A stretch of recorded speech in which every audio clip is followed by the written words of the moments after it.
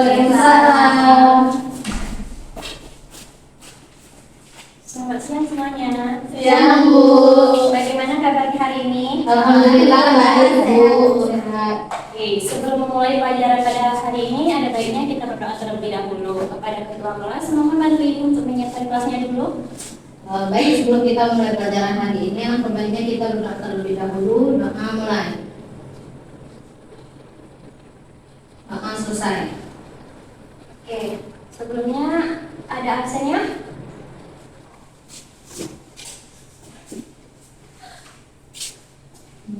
Masih yang tadi ya. Oke. Di hari ini siapa yang tidak hadir? Hadir semua, Bu. Baiklah. Gimana anak-anak? Pada masih semangat nggak itu belajarnya pada hari ini? Semangat, Bu. Wah, Masya Allah sekali ya kalian masih semangat pada hari yang terik ini. Kalian ngerasa nggak sih di daerah kita ini makin hari makin terik, makin panas cuacanya kan? Ya, Bu. Saya aja ya pergi naik motor itu sinar matahari kalau naik kulit saya itu terasa perih, rasanya itu kayak mau terbakar ya. Padahal kalau dipikir-pikir dahulunya nggak seperti ini ya kan? Iya Bu, ya kan?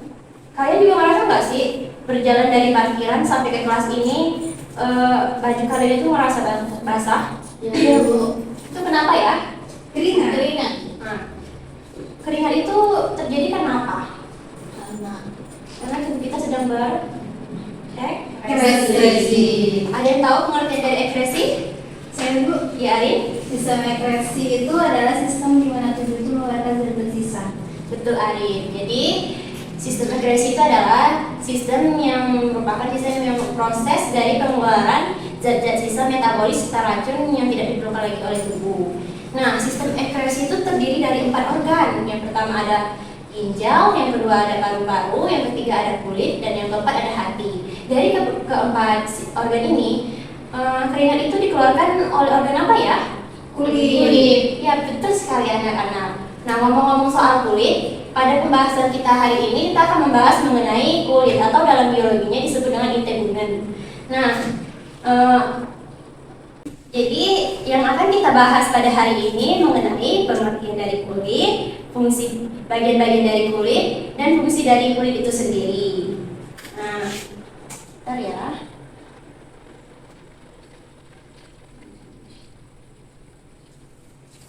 Ini di sini Ibu ada membawa sesuatu. Kalian bisa amatin ya. Kalian tahu apa ini? Kulit. Ya, ini adalah kulit atau media dari kulit. Atau dalam biologinya disebut dengan integumen.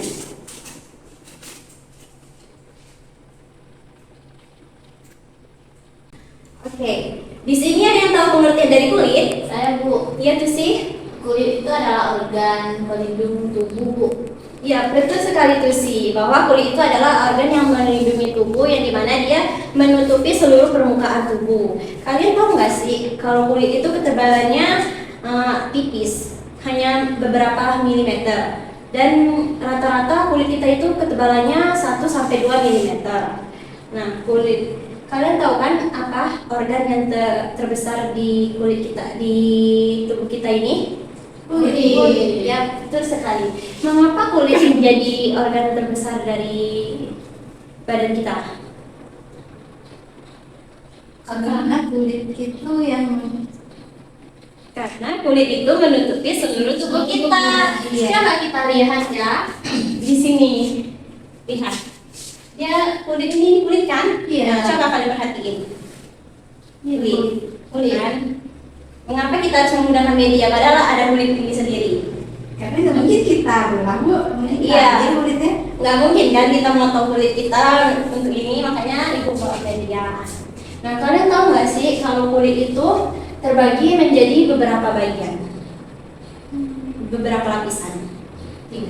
3. Apa aja tuh Melia? Ya, kulit. Kulit ini tersusun atas lapisan epidermis, dermis, dan hipodermis. Di mana pada epidermis ini dia merupakan lapisan terluar dari kulit yang berfungsi untuk melindungi kulit kita dari serangan kondisi luar seperti kuman, bakteri, virus maupun zat-zat kimia lainnya. Di lapisan epidermis ini dia tersusun lagi oleh 5 struktur, yaitu stratum corneum, stratum lucidium, stratum granula, stratum germinatium, dan stratum basal. Seperti ini ya. Ini adalah apa? Iya, Bu. Ini adalah stratum corneum, di mana stratum corneum ini itu ada di lapisan paling atas atau terluar. Jadi itu berfungsi untuk melindungi sel-sel kulit lainnya dari atau lapisan-lapisan lainnya itu dari kuman, bakteri, dan lain-lainnya yang dari kondisi lingkungan luar yang membahayakan. Nah, stratum corneum ini biasa disebut dengan jaringan mati. Itu karena dianya tersusun atas sel-sel pipi. Stratum corneum ini dia kalau misalnya mati dia akan mengelupas. Kalian tahu nggak kulitnya mengelupas? Iya, Bu. Nah, selanjutnya akan digantikan oleh lapisan di bawahnya. Yaitu ada stratum lucidium. Ini ya stratum lucidium. Mana ini? Kelihatan. Ini ya stratum lucidium. Di mana stratum lucidium ini berfungsi untuk mencegah gesekan antar lapisan epidermis. Selanjutnya ada stratum granulosum. Stratum granulosum ini dia tuh mempunyai tersusun atas sel granula, yang dimana sel granula ini jika mati dia akan terdorong ke atas menggantikan lapisan itu selanjutnya. Yang selanjutnya itu adalah stratum spinosum atau yang biasa disebut stratum germinaticum. Nah, stratum germinaticum itu terdiri atas stratum spinosum. Nah, stratum spinosum ini mengandung sel-sel baru yang nantinya akan terdorong menjadi stratum granulosum. Itu ada apa ya? Jaringan. Ini selanjutnya ada dermis. Dermis ini merupakan lapisan kedua setelah epidermis, yang dimana dermis ini berfungsi untuk menopang kulit ari, yaitu kulit epidermis yang di atas ini. Dan di dermis ini dia ada di sini pembuluh darah, ada kantung rambut, dan ada kelenjar keringat. Kelihatan kan? Kelihatan, Bu. Dimana fungsi dari masing-masing ini, pembuluh darah ini berfungsi untuk mengalirkan nutrisi dan oksigen ke kulit agar kulit itu tetap sehat. Selanjutnya ada kantong rambut. Kantong rambut ini bertanggung jawab untuk pertumbuhan rambut-rambut baru. Yang dimana rambut-rambut yang sudah lama ini tumbuh dari kantong rambut ini. Jadi dia akan menghasilkan rambut-rambut baru atau bulu-bulu halus. Selanjutnya ini ada kelenjar keringat. Nih, kelihatan nggak kelenjar keringatnya? Iya, kelihatan, Bu. Nah, apa itu fungsi dari kelenjar keringat? Itu menghasilkan keringat. Ya, betul. Kelenjar keringat ini akan menghasilkan keringat dan dikeluarkan melalui saluran ini. Nah, selain menghasilkan keringat, kelenjar keringat ini juga berfungsi untuk mengatur suhu tubuh kita agar tetap konstan. Oke, selanjutnya kita ke lapisan ketiga, yaitu lapisan selanjutnya ini adalah lapisan ketiga, yaitu lapisan hipodermis. Lapisan hipodermis ini lapisan yang terletak paling dalam dari lapisan kulit. Jadi dia terletaknya di dalam ya setelah dermis. Dan di mana hipodermis ini berfungsi sebagai penyimpan energi. Nah, kenapa dia itu berfungsi sebagai penyimpan energi? Karena memiliki jaringan lemak. Ya, betul, karena dia memiliki jaringan lemak. Apa fungsi dari jaringan lemak ini? Untuk menyimpan cadangan makanan. Ya, betul, dia untuk menyimpan cadangan makanan dan menjaga suhu tubuh agar tetap hangat. Nah, inilah jadi kulit itu selain sebagai sistem akresi, dia juga berfungsi sebagai pelindung dari tubuh kita dan menjaga suhu tubuh kita agar tetap hangat. Nah, dari penjelasan itu tadi, coba kalian amatin dulu media yang ibu bawa. Nanti akan ibu tunjuk kalian satu-satu untuk memberitahu apa saja bagian-bagian ini. Oh ya, satu lagi.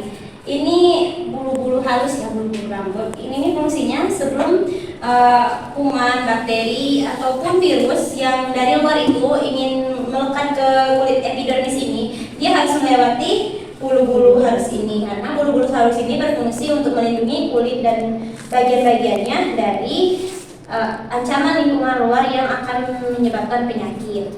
Oke, sekarang coba diperhatikan dulu. Aku dulu Coba diperhatikan dahulu ya anak-anak.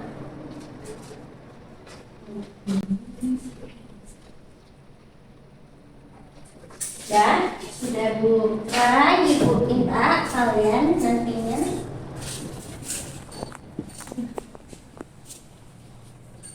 untuk mengingat pemahaman kalian, atau itu kalian mendengarkan Ibu atau tidak, kalian sudah paham atau tidak, maka Ibu akan menyuruh kalian satu persatu maju menusukkan mana saja jaringan-jaringan yang ada di media yang Ibu bawa ini.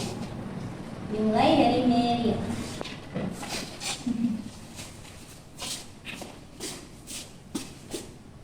Dermis di bagian sini.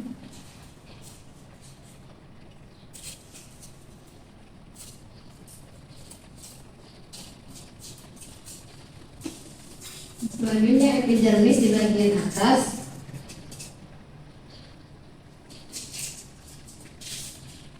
Hipodermis di bagian kulit bawah.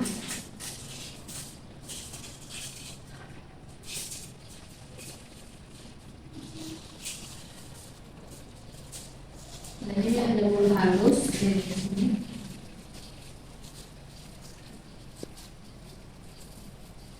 Jaringan lemak.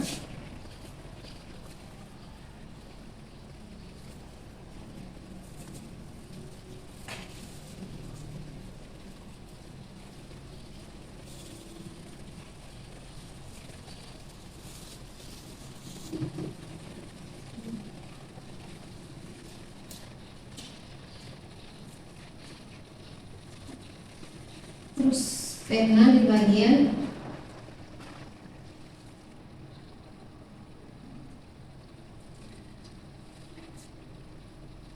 selanjutnya ada kantung rambut.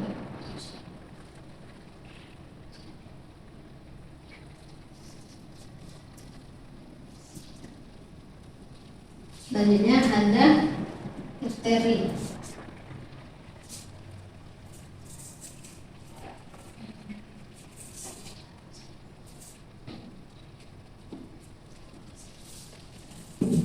Nah, gimana teman-teman? Apakah yang diberitahu media ini betul?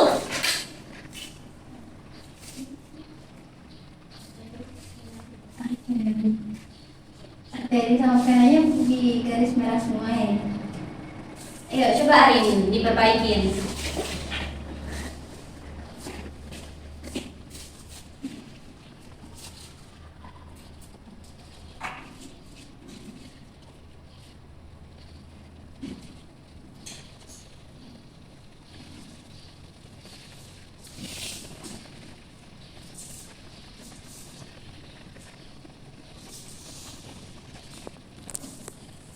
Oke, baik. Ini sudah betul ya. Terima kasih Melia dan Arin telah membantu Ibu. Nah, yang lainnya gimana? Udah paham? Paham Bu, paham. Oh ya, Ibu kelupaan. Di media ini ada yang tidak disebutkan. Di sini.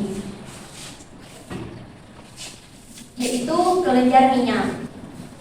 Kelenjar minyak ini menghasilkan minyak yang nantinya berfungsi untuk meminyaki rambut agar rambut itu berminyak tidak kering. Selanjutnya juga di sini ada sel saraf.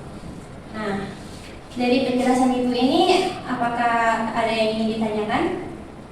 Apa semuanya paham? Paham, semua paham.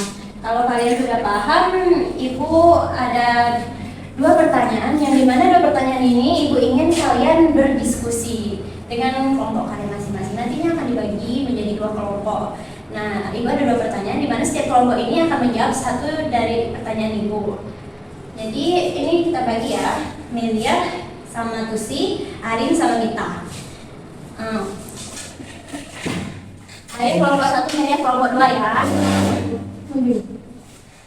Baik, tolong dicatat pertanyaannya. Ya Bu. Untuk kelompok satu, Itu pertanyaannya, kenapa kulit itu mengeluarkan keringat?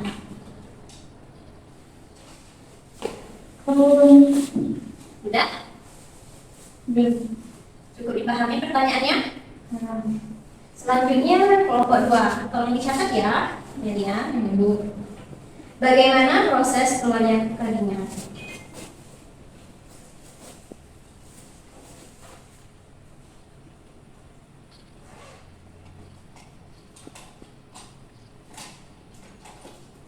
Oke, udah dipahami? Oke, Ibu kasih waktu 2 menit untuk berdiskusi. Nantinya jawaban dari kalian ini tolong dipresentasikan ke depan ya.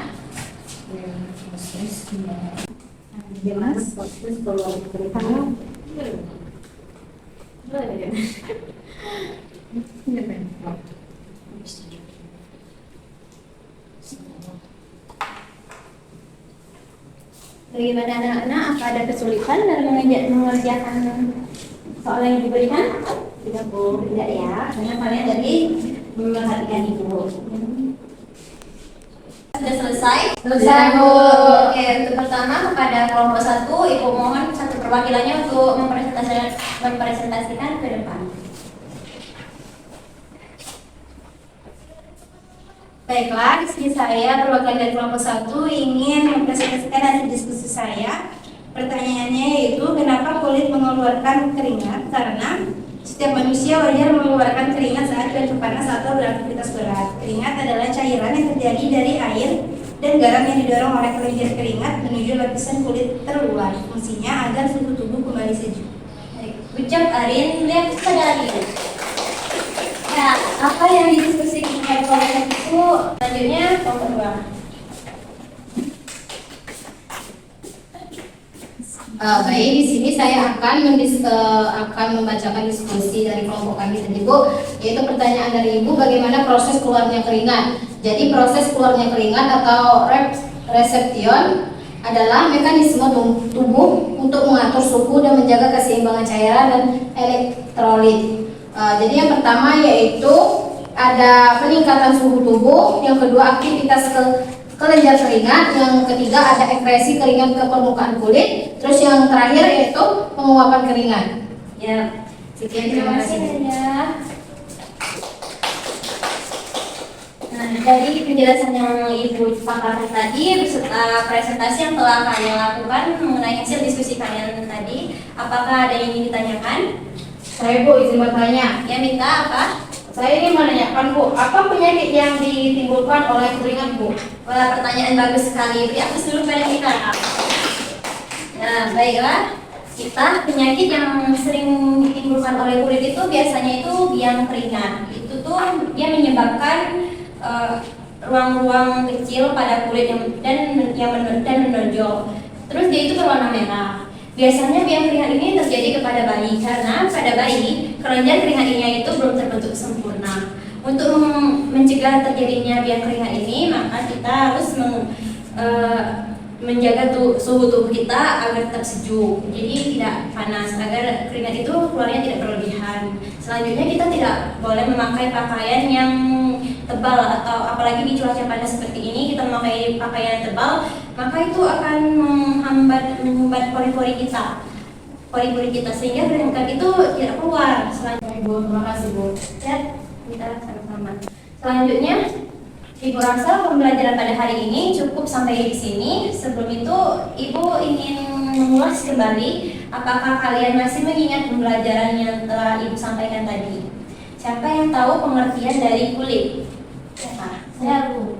Ya, Lucy, apa Lucy? Kulit tadi adalah organ pelindung kedua dari tubuh. Ya, betul. Jadi kulit itu adalah organ pelindung yang menutupi seluruh permukaan tubuh kita, yang berfungsi untuk menjaga tubuh kita agar tidak terkena serangan penyakit dari luar. Selanjutnya pertanyaan kedua, siapa yang bisa nih? Kulit kita itu tersusun atas 3 lapisan. Lapisan apa saja itu? Saya, Bu. Ya, Melia. Yang pertama terdiri dari 3 lapisan, yaitu ada epidermis, Ya. dermis, dan hipodermis. Ya betul, yaitu kulit kita tersusun yang pertama atas lapisan epidermis yang terletak di atas paling atas atau di permukaan. Yang kedua ada dermis yang dimana dia terletak setelah lapisan epidermis. Yang ketiga ada hipodermis yang dia terletak di bagian paling dalam dari kulit kita. Oke, dari sini apakah ada yang bisa membantu Ibu memberikan kesimpulan dari kalian?